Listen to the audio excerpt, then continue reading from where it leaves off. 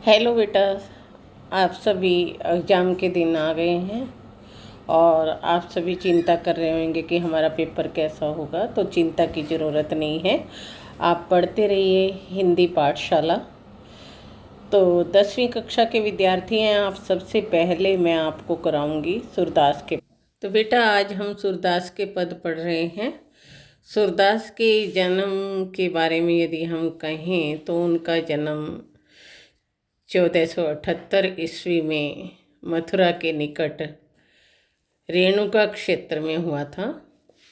कुछ लोग उनके जन्म को दिल्ली के पास से ही स्थान को मानते हैं और वे मथुरा और वृंदावन के बीच गऊ घाट पर रहते थे और श्रीनाथ जी के मंदिर में जो है भजन कीर्तन करते थे।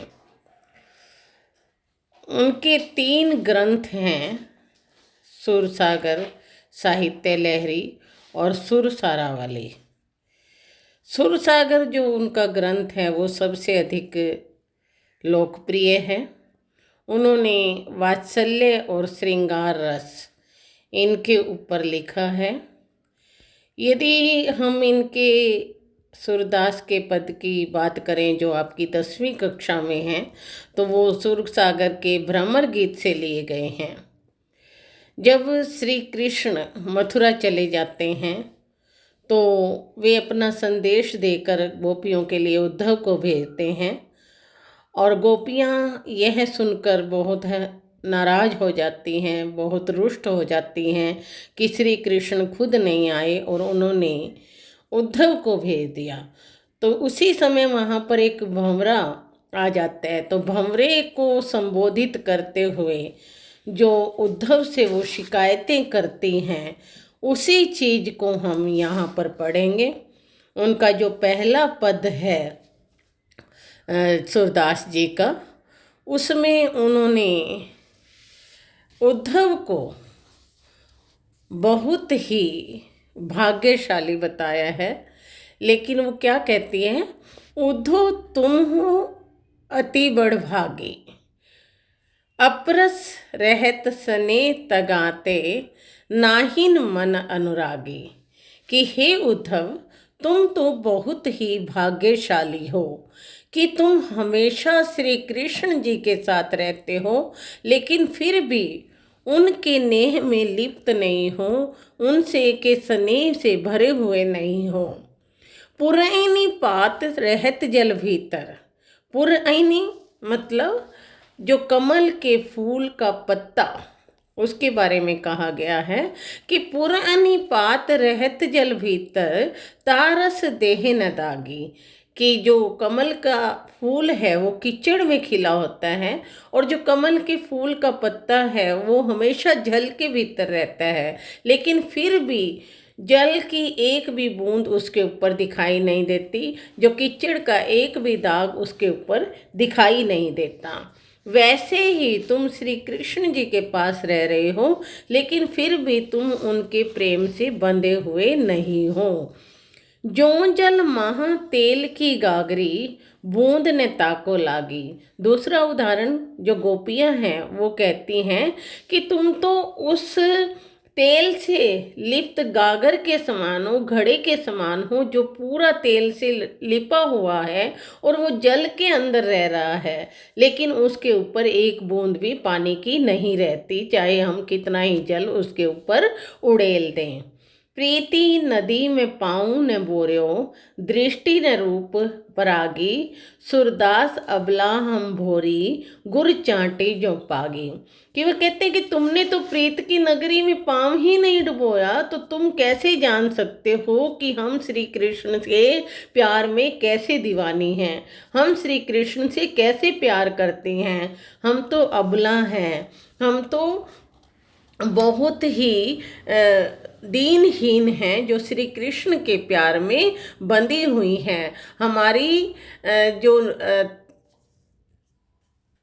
हमारी दशा तो गुड़ से लिपी हुई चींटी के समान है, तुम हमारी दशा को समझ नहीं सकते हो। जो दूसरा पद है वो उद्धव को गोपियाँ जो कह रही हैं वो क्या कह रही हैं कि मन की मन ही मांझ रही। हे उद्धव, हमारी तो मन की मन के अंदर ही रह गई है, कि हमारी जो इच्छा थी वो तो मन के अंदर ही रह गई है। कहिए जाई कौन पे उधो, नाही परत कही। कि हे उद्धव, जो हमारे मन के अंदर बात है वो हम किस तरह से तुम्हें कहें, वो हम कह ही नहीं सकते। अवधि आधार आस आमन की, तन मन बिथा सही। कि अभी तक हमें उम्मीद थी कि श्री कृष्ण जी आ जाएंगे, इसलिए हम वीर्य वेदना को सहन कर रहे थे, कि हमें उम्मीद थी कि श्री कृष्ण जी आएंगे, लेकिन उन्होंने तुम्हारे हाथ संदेश भेज दिया है, तो जो वो हमारी इच्छा थी वो पूरी नहीं हुई है। अब इन जोग संदेश नी सुनी सुनी, बिरहिनी बिरह दही। कि जो तुम्हारा योग का संदेश है सुनकर जो विरहिणी है उसके दर्द को हम बता नहीं, तुम्हारा जो ज्ञान का संदेश है वो हमें किसी भी प्रकार से समझ नहीं आ रहा है। चाहती होती गुहारे जीते ते, उठते धार बही। सूरदास अवधीर धरई क्यों, मर्यादा न लहे। कि सूरदास जी कहते हैं कि गोपियाँ उद्धव को कह रही हैं कि अब हम किस तरह से धैर्य रखें, किस तरह से अपने मन को समझाएं। हमसे जो हमारी व्यथा है, हमारी विरह की अग्नि है, वो हमसे सहन नहीं हो रही है।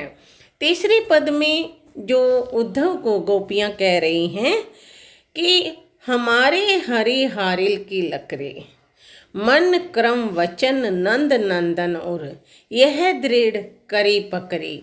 कि हमारे श्री कृष्ण तो हारिल पक्षी की लकड़ी के समान है। हारिल पक्षी होता है बच्चों, जो एक लकड़ी को पकड़े रखता है। तो उसी प्रकार से गोपियाँ भी उद्धव को कहती हैं कि श्री कृष्ण तो हमारा सहारा है, हारिल पक्षी के द्वारा पकड़ी गई लकड़ी के समान है, जिसको हमने मन क्रम वचन से नंद बाबा के पुत्र को पकड़ा हुआ है।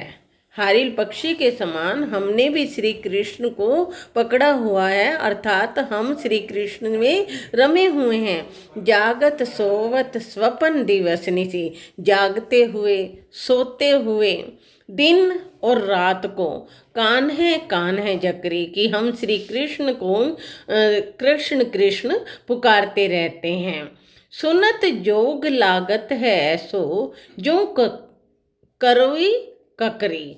कि करोई ककरी मतलब कड़वी ककड़ी। कि जो तुम योग का संदेश दे रहे हो, जो हमें ज्ञान दे रहे हो, वो हमें कड़वी ककड़ी के समान लग रहा है। सो तो व्याधि हमको ले आए।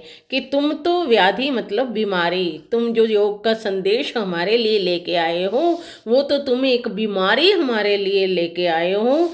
कैसी बीमारी, जो हमने न तो कभी देखी है और न ही कभी सुनी है। यह तो सुर तिन्हीं ले सौंपो, जिनके मन चकरी। कि हे सूरदास जी, सूरदास जी कहते हैं कि गोपियाँ उद्धव को कहती हैं कि जो तुम संदेश लेके आए हो योग का, वो तो तुम उनको दो जिनके मन चक्र के समान भ्रमते रहते हैं, जो एक को छोड़ के दूसरे में रख जाते हैं। हमने तो श्री कृष्ण से प्यार किया है, हम श्री कृष्ण की गोपियाँ हैं और श्री कृष्ण को मन वचन कर्म से पकड़े हुए हैं। हमारे ऊपर तुम्हारे इस योग संदेश का कोई असर नहीं होता है। अंतिम पद में गोपियाँ उद्धव को कहती हैं, हरि है राजनीति पढ़ाए। कि क्या बात, श्री कृष्ण राजनीति पढ़ाए हैं क्या? कि अब श्री कृष्ण जो हैं वो राजनीति पढ़कर आ गए हैं, यानी उन्हें राजनीति का ज्ञान बहुत हो गया है। समझी बात कहत मधुकर के, समाचार सब पाए। कि हमें वो सब बातें समझ आ रही हैं जो श्री कृष्ण ने हमारे लिए भेजी हैं। एक अति चतुर होते पहले ही, कि श्री कृष्ण एक तो पहले से ही बहुत ही चतुर थे, बहुत ही चालाक थे। अब गुरु ग्रंथ पढ़ाए कि अब तो वो बड़े बड़े ग्रंथों के ज्ञाता भी हो गए हैं, जो उन्होंने योग का संदेश हमारे लिए भिजवाया है। बड़ी बुद्धि जानी जो उनकी, कि उनकी बुद्धि तो बहुत ज़्यादा हो गई है, उनकी बुद्धि का विकास हो गया है। योग संदेश पठाए, जो हमारे लिए योग का संदेश उन्होंने भेजा है। उधो भले लोग आगे के परहित डोलत ढाए, कि हे उद्धव, पहले के लोग बहुत अच्छे होते थे, जो दूसरों के परहित यानी कि दूसरों के कल्याण के लिए घूमते रहते थे, दूसरों के कल्याण की बातें सोचते थे। अब अपने मन फेर पाई हैं, अब अपने मन फेर पाई हैं, चलत जो जुहित चुराए, कि अब वो हमारे मन को फेर पाना चाहते हैं, हमारे मन को बदलना चाहते हैं। जो मन को उन्होंने चुरा लिया है, अब उस मन को हम कैसे बदल लें। ते क्यों अनीति करे आपनो, कि वो अपनों पर अनीति क्यों करते हैं, जे और अनीति छुड़ाए। कि ऐसे श्री कृष्ण जो दूसरों से अनीति यानी कि दूसरों के बुरी बातें छुड़ाते हैं, वो आज अपनों पर ही अनीति क्यों कर रहे हैं, अत्याचार क्यों कर रहे हैं। राज धर्म तो यह सुर जो प्रजा न जाहि सताए, कि सूरदास जी कहते हैं कि यहाँ गोपियाँ उद्धव को राजा का धर्म बता रही हैं कि हे उद्धव, राजा का धर्म तो ये होता है कि वो प्रजा को सताए नहीं, प्रजा के कल्याण के लिए कार्य करे, प्रजा के भले के लिए कार्य करें। और श्री कृष्ण ने हमारे लिए योग का संदेश भेजकर अच्छा नहीं किया है। तो इस प्रकार आपने देखा बेटा, हम चारों पदों में हमने पढ़ा है कि पहले पद में जो गोपियां हैं उद्धव को बताती हैं कि वो श्री कृष्ण के प्रेम में बंधी हुई हैं, और दूसरे पद में वो कहती है कि उनके मन में इच्छा थी कि वो श्री कृष्ण से मिलेंगी, लेकिन उनकी इच्छा मन के मन में ही रह गई है। और तीसरे पद में वो कहते हैं कि जो उनका योग साधना का संदेश है वो उनके लिए कड़वी ककड़ी के समान है।